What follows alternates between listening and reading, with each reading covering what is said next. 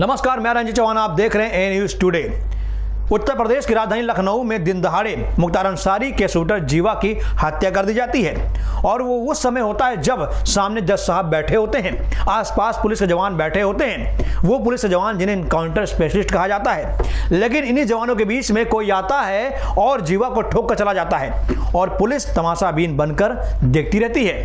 ऐसा पहली बार नहीं हुआ है साहब, ऐसा पहली बार नहीं हुआ, इससे पहले भी कई बार हो चुका है। उत्तर प्रदेश पुलिस की पोल कई बार खुल चुकी है। अतीक अहमद के मामले में भी आपने गौर से देखा होगा। अतीक अहमद के आसपास 20-25 पुलिस वाले मौजूद होते हैं, सबके हाथों में AK-47 होती है, लेकिन उसके बावजूद 3 लड़के आते हैं और अतीक अहमद और अशरफ अहमद को ठोक कर चले जाते हैं और पुलिस तमाशाबीन देखती रहती है। वैसे तो कहा जाता है कि यूपी की पुलिस जो है बहुत माहिर है एनकाउंटर करने में, अपनी बंदूकों को चलाने में बहुत माहिर है, लेकिन उस समय बंदूकें क्यों खामोश हो जाती हैं साहब? जब कोई अपराधी आता है और मार कर चला जाता है, उस समय क्यों खामोश हो जाती हैं? सवाल तो खड़ा होता है। सवाल खड़ा होता है उत्तर प्रदेश के शासन पर, सवाल खड़ा होता है उत्तर प्रदेश की पुलिस पर, सवाल खड़ा होता है सिस्टम पर, क्योंकि ऐसा सवाल खड़ा होना लाजमी है, क्योंकि सरेआम कानून की धज्जियां उड़ाई जा रही हैं, लॉ एंड ऑर्डर की धज्जियां उड़ाई जा रही हैं। तमाशा बना दिया गया है लॉ एंड ऑर्डर को। जहां न्याय होना चाहिए वहां न्याय होता है, न्याय के मंदिर में खून नदियां बहाई जाती हैं। सामने जज साहब बैठे होते हैं और फैसला कोई और कर चला जाता है। बंद कर दीजिए कोर्ट को, बंद कर दीजिए न्यायालय को, जब अगर फैसला बाहर ही होना है।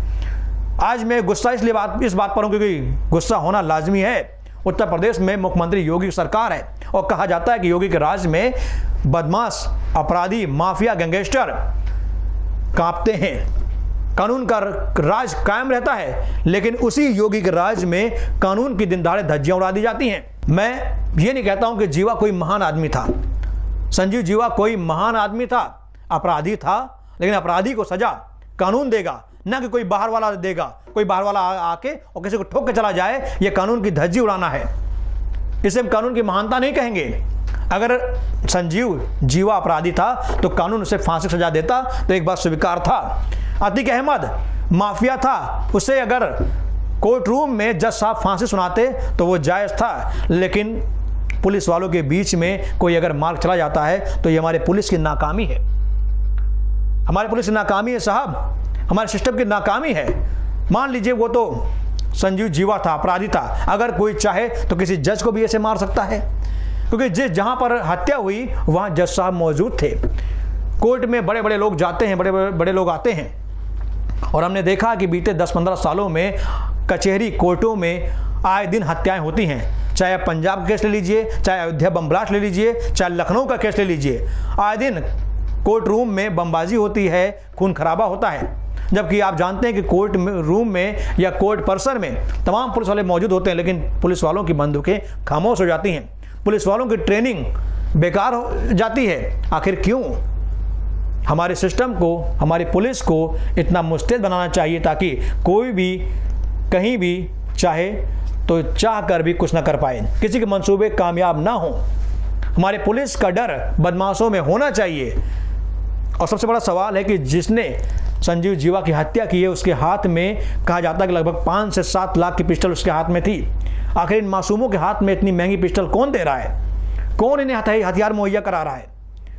अतीक अहमद के केस में भी आपने देखा जिगेना पिस्टल जिसकी कीमत 5 से 6 लाख है, जो हिंदुस्तान में प्रतिबंधित है।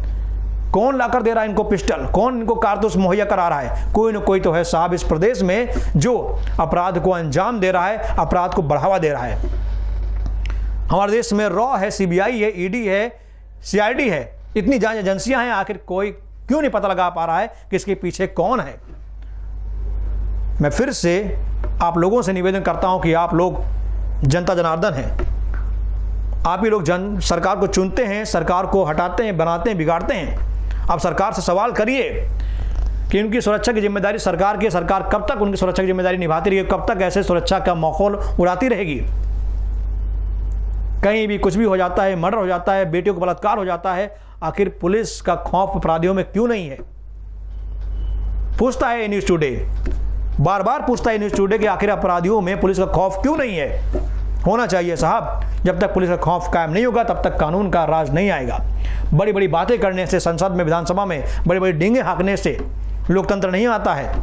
विश्वगुरु भारत नहीं बनेगा। विश्वगुरु तभी बनेगा जब लॉ एंड ऑर्डर कायम रहेगा। जब देश में शांति रहेगी, सभी धर्मों का सम्मान किया जाएगा, सभी मजहब एक साथ खड़े होंगे, हिंदू मुस्लिम एकता की बात की जाएगी, तब देश विश्वगुरु बनेगा। वरना देश का माहौल ऐसा ही है, अपराधी उड़ाते रहेंगे और देश के साथ कुछ नेता, कुछ जयचंद, कुछ दोगले लोग खेलते रहेंगे। मेरा आप लोग से निवेदन है कि आप लोग अपनी प्रतिक्रिया जरूर दें। बहुत बहुत धन्यवाद।